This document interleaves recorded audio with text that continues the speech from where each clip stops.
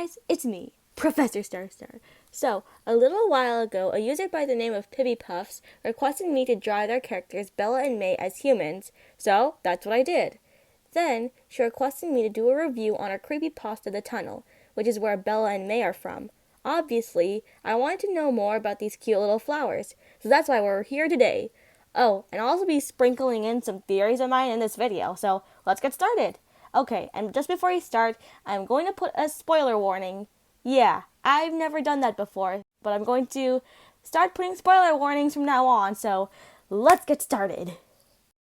So, this series follows this show called Nosy Blanket, which is about a guy with the same name going on various adventures with his friends, Bella and May.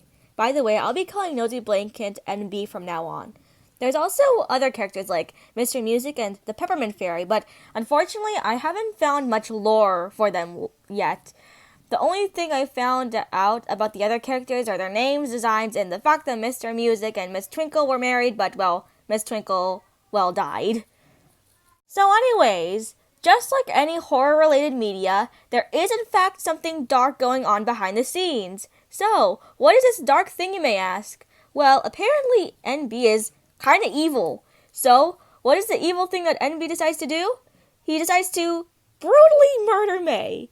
So, you may be wondering why NB unalived May. Well, I'm glad you asked. The reason for this is because Bella was actually secretly in love with May. I couldn't exactly find out the reason why NB didn't want Bella and May to be in love. Of course, you may think that NB may also be in love with Bella. However, in the playlist that Pibby Puff sent me so that I can analyze the lore, we see a younger version of Bella with a clearly older NB, so there's no way they could possibly be in love due to the age gap. So, why does NB not want Bella and May to be in love? Well, another theory I have is that NB thinks that if Bella is in love with May, then she won't spend time with him anymore. And just to clarify, I mean this platonically, not romantically. Anyways, it's time for another part of the title lore, which explores the world outside the Nosy Blanket show. So, what does happen outside the show? Well, a lot happens. You see, most of the title lore actually revolves around two characters, aside from NB, May, and Bella.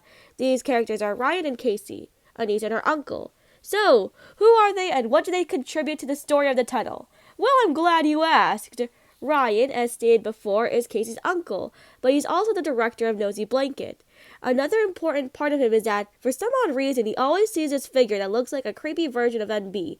So, throughout the series, he, his sister Hilda, and other people who worked on the show try to figure out why he keeps seeing NB. However, he eventually gets into a rubber room, he gets put into a rubber room, because people believed that he was going insane. Then there's Casey. Casey, again, as stated before, is Ryan's niece, and they have a strong bond between each other. However, one day at a park, Casey finds a tunnel and decides to go in the tunnel, which causes her supposed death, which is why this creepypasta is called The Tunnel. After the whole tunnel incident, Ryan kept thinking that he was seeing Casey even though she was allegedly dead, but it was actually her friend Molly, which is another reason why he got put into the rubber room.